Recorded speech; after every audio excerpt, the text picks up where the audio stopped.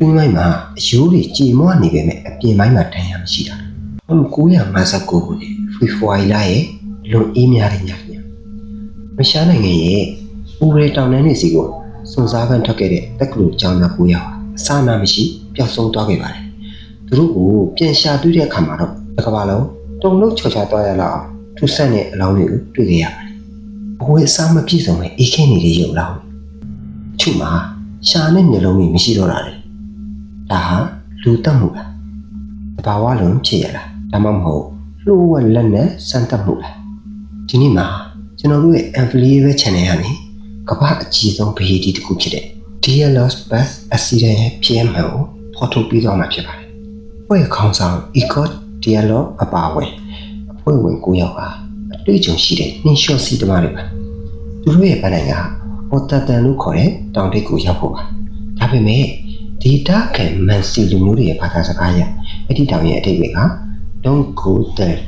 မတော်ပါနဲ့တဲ့။ဖေဖော်ဝါရီလ1ရက်နေ့မှာသူတို့ဟာခီးဆက်ဖို့အတွက်ခက်ခဲတဲ့ຢာတွေတို့ကြောင့်ခေါ်လက်ရှက်ခုလို့ခေါ်တဲ့မမလိုအတိတ်ပဲဟာ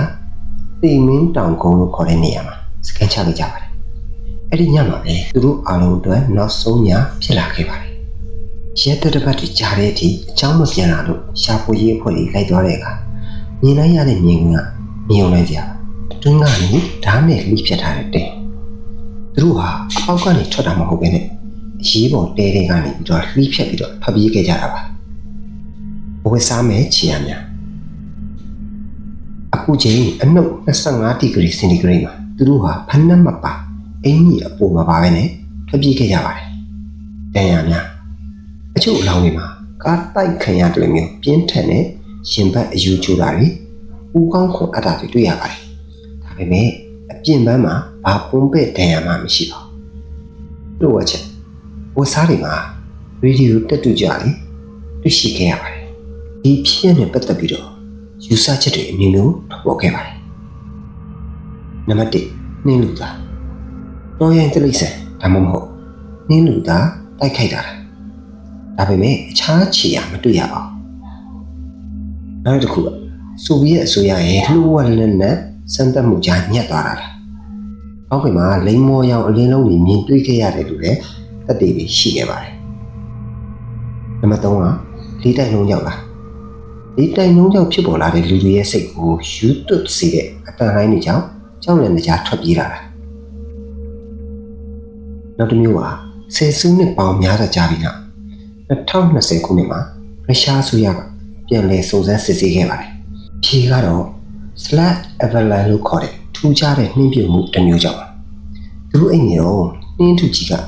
တဲပေါ်ဖိမိခဲ့လို့ဒဏ်ရာတွေရခဲ့တာဖြစ်ကြောင်းနောက်ထပ်နှင်းပြုတ်မှာကြတာကြောင့်အဝတ်စားတော့မလေးနိုင်ပဲထွက်ပြေးရင်အေးမိတည်ဆုံးခဲ့ကြတယ်လို့ကောက်ချက်ချခဲ့ပါတယ်ဒါပေမဲ့ဒီအဖြေကလုံလောက်ရလားဘာလို့ရေဒီယိုတက်တူကြတွေရှိနေတာလဲပြီးတော့ရှာနဲ့မျက်လုံးတွေအောင်ဘေးရောက်သွားတာလေ